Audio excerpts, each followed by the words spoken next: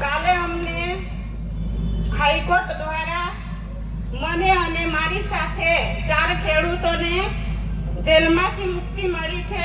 નામદાર હાઈકોર્ટનો અમે આભાર માનીએ છીએ.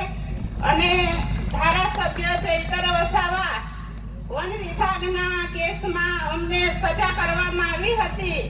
આ સજા ભાજપ સરકારે ખોટી રીતે અમને જેલમાં ફસાવ્યા છે, પણ એનો જવાબ 2027માં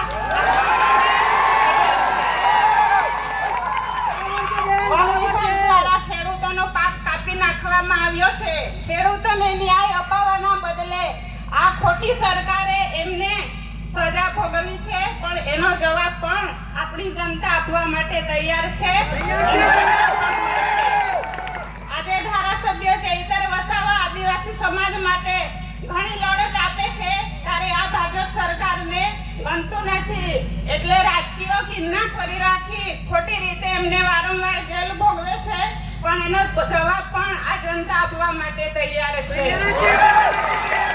અમને 2027માં જ્યારે આ કેસ થયો હતો ત્યારે અમને સેન્સન કોર્ટ દ્વારા અમને જામીન મળ્યા હતા, પરંતુ અમારી તારીખ અમે દર મહિને ભરતા હતા. મહિનામાં અમને 2 તારીખ પાડવામાં આવી. કેસને ખૂબ ચલાવવામાં આવ્યો.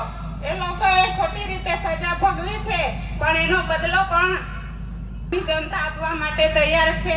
તમારી આશીર્વાદથી તમારો બધાનો ખૂબ ખૂબ આભાર. જેલમાં અમને ઘણી તકલીફ પડી, સમય કાઢવા માટે ખૂબ મુશ્કેલ હતું અને તમારી સાથે અમને ખૂબ તકલીફ પડતી હતી, પરંતુ તમારા આશીર્વાદથી અમે બહાર આવ્યા છે. તમારો બધાનો ખૂબ ખૂબ આભાર.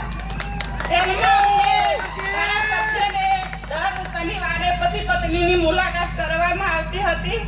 તમારા બધાને સાહેબની તબિયત પણ સારી છે. તમને બધાને સમાચાર આપ્યા છે.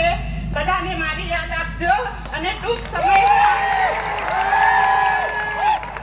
સમયમાં અઠવાડિયામાં ચૈતર વસાવાને પણ જામીન મળશે. નામદાર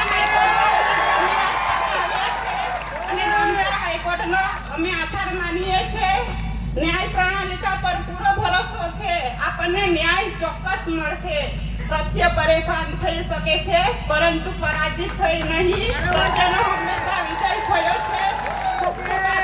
તમે બધા મોટી સંખ્યામાં આવ્યા, અમને સમર્થન આપ્યું, એ બદલ તમામનો આભાર. જય આદિવાસી, જય જોહાર.